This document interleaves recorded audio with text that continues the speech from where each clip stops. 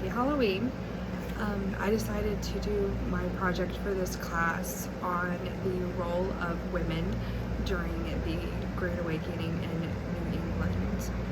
The reason I chose this subject is because it feels like one that is not really discussed a lot. So I wanted to make sure that I did something that felt relevant but also semi-unique.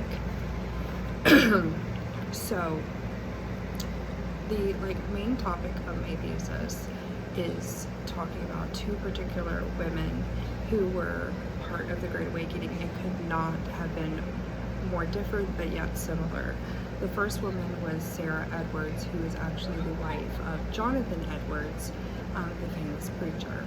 So she was a mother as well as taking care of her household, but as written by her husband, she had a profound religious experience where she described herself going through periods of having great highs and lows and resulting in melancholy periods, but she felt like she had a very profound religious experience that she wrote about, but unfortunately Sarah's original writings have not survived, and only the writings that have been edited by her husband and a dear friend have actually survived.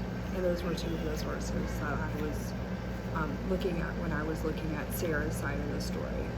Now, Sarah Osborn, she actually had her own writings, and she was actually a published woman who was also a school teacher. And she, like Sarah Edwards, was a mother. She was actually a single mother for a little bit, and she lost her first husband and she remarried. She was a school teacher, so she was not what we would consider educated, but she was a very brilliant woman.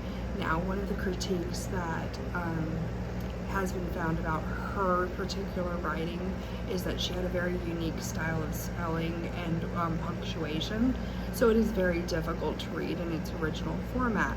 However, Catherine Burkus, who is a Harvard Divinity School professor and actually is the reason we even know about Sarah Osborn, is she did some redoing of the work to make it more readable. It was very fascinating looking at these women and contrasting and looking at how they were similar and different. And I really felt like it was from the Bible when they were talking about Mary and Martha, about how Martha was so focused on her duties of being a domestic person that she did not sit and listen to Jesus talking like Mary did. And I just felt like while they both had that Martha spirit where they were being very domestic and controlling their lives, as most women in the 1700s would have been, since women were not allowed to speak in churches at that time, except for during something that was called conferencing, which we would consider small groups.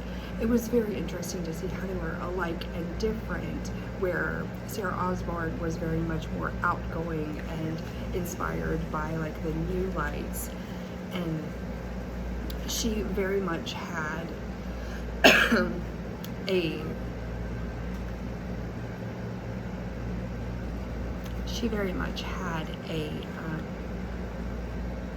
how much more outgoing she was in her writings, where Sarah Edwards is more described as a very demure, smaller spirited woman, but very devout. So I look forward to finishing my project and seeing where the conclusions all lead me, but I am very confident that I will be able to do a pretty good snapshot into what the role of women was during that time.